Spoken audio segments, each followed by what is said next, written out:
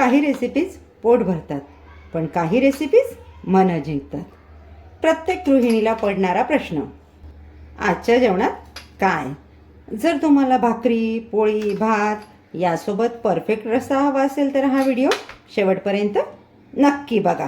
चला बनवूयात खानदेशी पद्धतीचा हा खास रस्सा.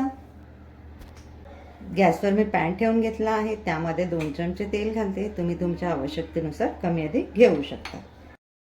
तेल आपलं छान गरम झालेलं आहे. यामध्ये घालून घ्याव्यात अर्धा चमचा जिरं. जिरं छान तडतडायला लागलेलं आहे. आता यामध्ये आपण घालून घेणार आहोत एक मध्यम आकाराचा बारीक चिरलेला कांदा. कांदा आपल्याला त्याचा रंग बदलेपर्यंत परतून घ्यायचा आहे. कांदा तेलात फोडणीसाठी घातल्यानंतर परतताना त्यामध्ये चिमूटभर मीठ घाला. कांदा लवकर मऊ पडतो. आजच्या रस्स्याची टेस्ट आपली दुपटीने वाढावी यासाठी आपण यामध्ये एक सिक्रेट इन्ग्रेडियंट घालणार आहोत. तो काय आहे हे जाणून घ्यायचं असेल तर त्यासाठी तुम्हाला व्हिडिओ शेवटपर्यंत बघावा लागेल. आज आपण जो पदार्थ बनवतो त्याची ठळक वैशिष्ट्ये काय माहिती आहे का?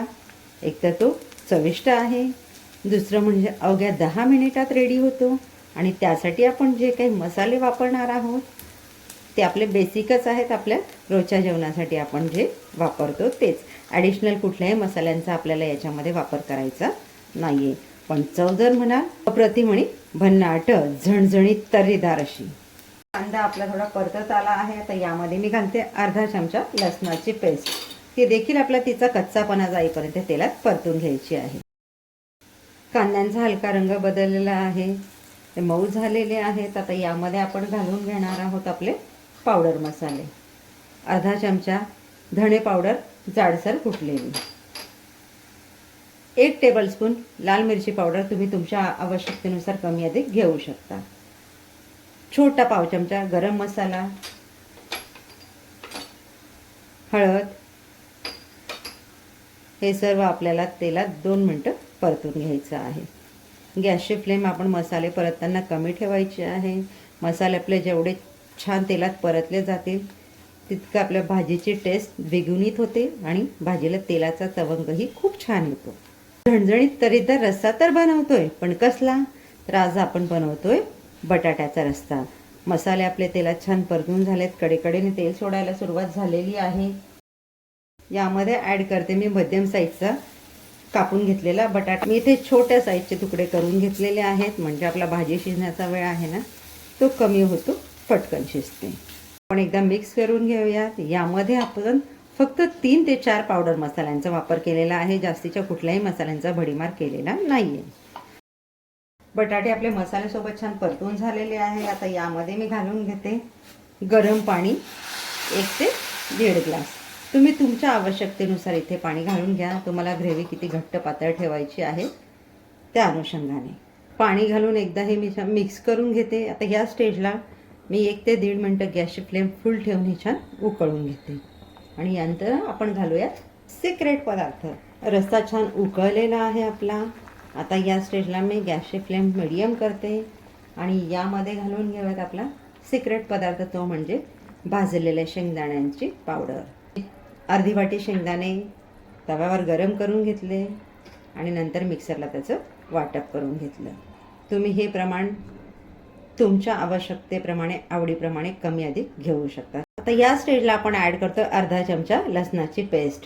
एकूण आपण इथे 1 चमचा लसणाची पेस्ट वापरली. फोडणीत अर्धा चमचा घातली, आता अर्धा चमचा घातली.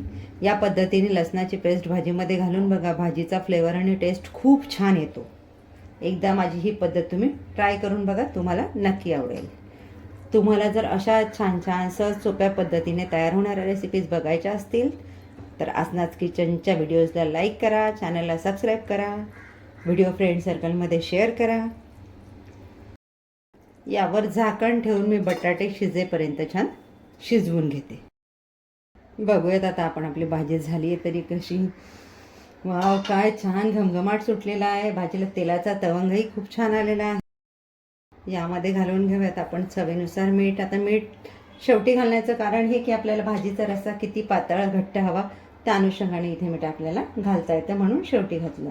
यामध्ये घालते मी छोटा पाव चमचा गरम मसाला. यात मी घालून घेते थोडीशी कसुरी मेथी. तुम्ही कोथिंबीर घातली तरी देखील चालेल. एकदा मिक्स करून घेऊया. स्टेजला मी गॅस घालवून देते आणि यावर झाकण ठेवून 2 मिनिटं हिला वाफू देते. नंतर घेऊयात आपण प्लेटिंग करायला. तयार आहे आपला खास खानदेशी पद्धतीचा शेंगदाणा बटाटा रस्सा. तर्रीदार, झणझणीत, चवीला एकदम झकास असा. मी कितीही सांगितलं तरी तुमच्यापर्यंत इथूनही टेस्ट पोहोचणार नाही. त्यासाठी तुम्ही एकदा ही रेसिपी नक्की ट्राय करा. कमी वेळात झटपट होणारी. तुम्हालाही नक्की आवडेल. भेटूयात मग पुढच्या व्हिडिओमध्ये अशाच एक झटपट रेडी होणाऱ्या झणझणीत रेसिपीसोबत. तोपर्यंत आनंदी राहा, काळजी घ्या. आसनाच किचनचे व्हिडिओ बघत राहा. थँक्यू.